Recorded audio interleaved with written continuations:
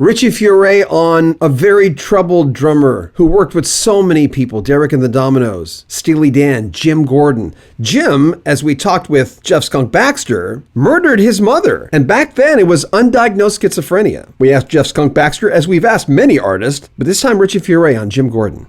Jim Gordon, someone asked any fond memories of Jim Gordon?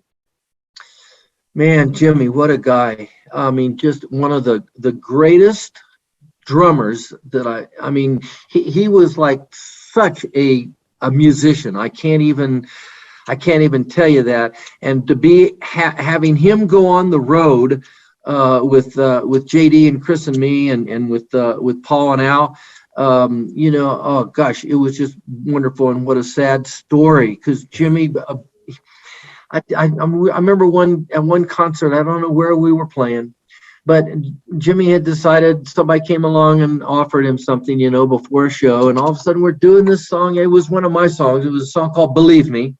And, it had a nice little groove to it. And all of a sudden, man, it was like a train stopping. And I'm, where are we going here with this now, Jimmy?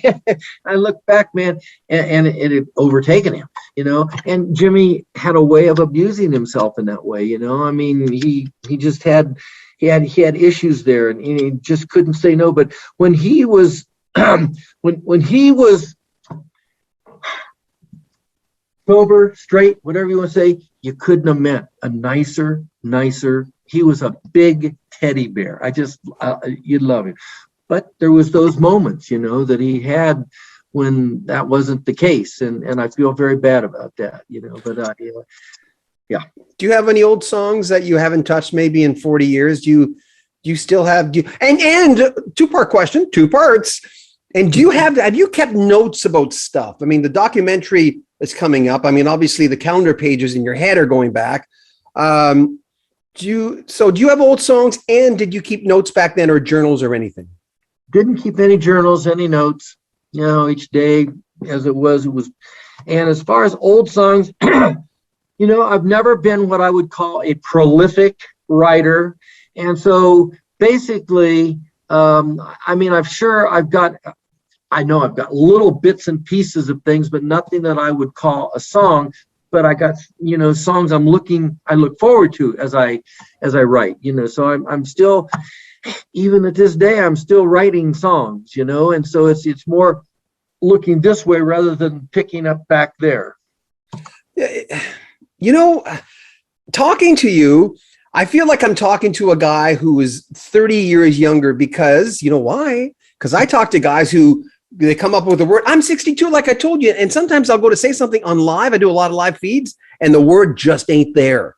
It could be that, it could be a word like hammer, but you've really, I know you didn't abuse your body when you were younger because you weren't the partying type, but man to man, I got to say, congratulations. Good for you.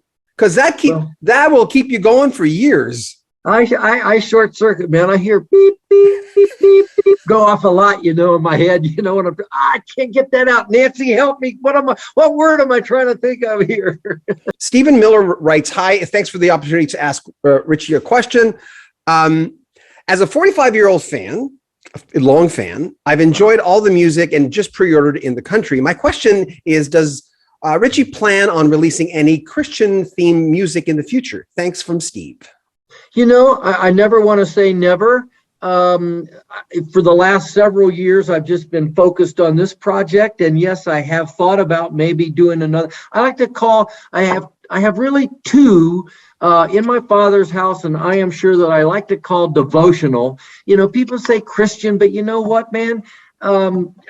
That's just who I am as a person. I'm a Christian, and so my music is just my music.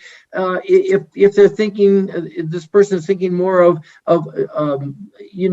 devotional focus. I thought about it, and I just haven't really set back to do it at this point in time. Probably it may come out later on, but again, man, at this age, good golly, man. I mean, it's like. Oh, I think you got some more albums in there, man.